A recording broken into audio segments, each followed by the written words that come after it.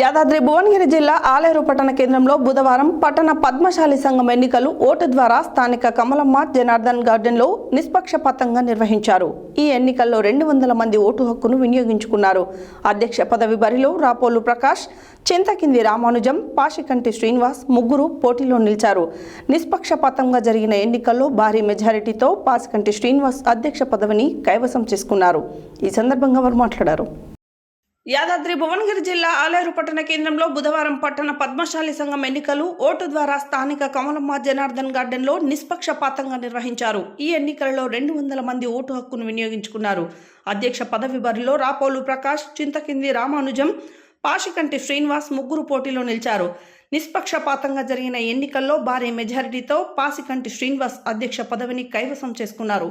ఈ కార్యక్రమంలో పద్మశ్రీ అవార్డు గ్రహీత చింతకింది మల్లేశం, మాజీ పట్టణ పద్మశాలి అధ్యక్షుడు బింగి నరసింహులు, మాజీ సర్పంచ్ చింతకింది మురళి, కౌన్సిలర్ బేతి రాములు, కందగడ్ల నరేందర్, ఆడెపు బాలస్వామి, గుజ్జ అశోక్, బింగి రవి, బడుగు జహంగీర్, డాక్టర్ చింతకింది మురహరి, చిక్క శ్రవణ్ కుమార్, యలగందుల సురేష్, డాక్టర్ మైలబోయిన వినోద్, చెన్న రాజేష్, రాచర్ల నరసింహులు, బోగా సంతోష్, గట్టు రాజు, చిట్టిమల్ల సిద్ధిరాములు, పాషికంటి ఉపేందర్, చింతకింది ప్రకాష్, గొట్టిమాముల శ్రీనివాసరాజు, గుండు మధుసూదన్, చింతకింది వెంకటేష్, గుండు మహేందర్, వంగరి శ్రీ శివకుమార్, చింతకింది కృష్ణ తదితరులు పాల్గొన్నారు.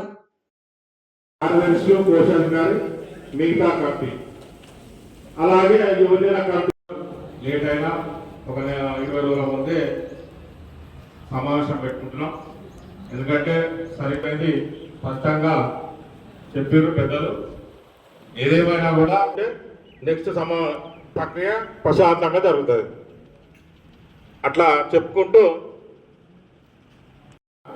లేకుంటే బెంగనర్సు లెక్క అడగుసోన్న అనేది మీ అందరికీ తెలుసు. అది కాదు, 11 గంటలకు వచ్చినప్పుడు అనుకోలే ఆ గుడికి గుడి పోయి నిమ్మలంగానే వస్తుండొచ్చు అనుకున్నాం.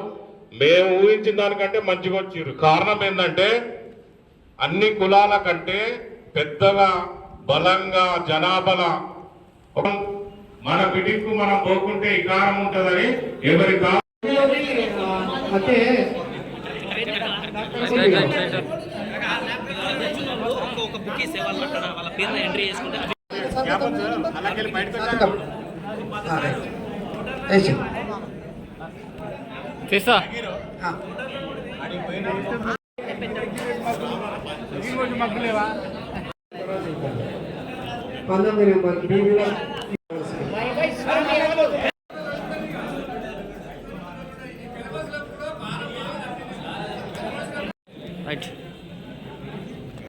అన్నా ఆడా ముగ్గురు మన ప్రెసోళ్ళు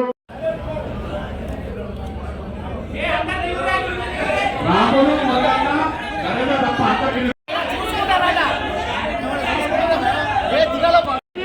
అందరూ ఎట్లా కలుగుతారు.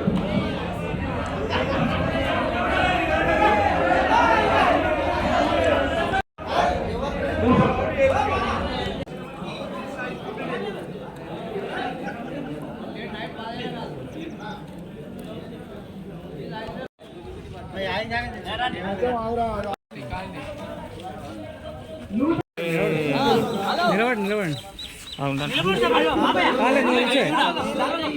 ఓకే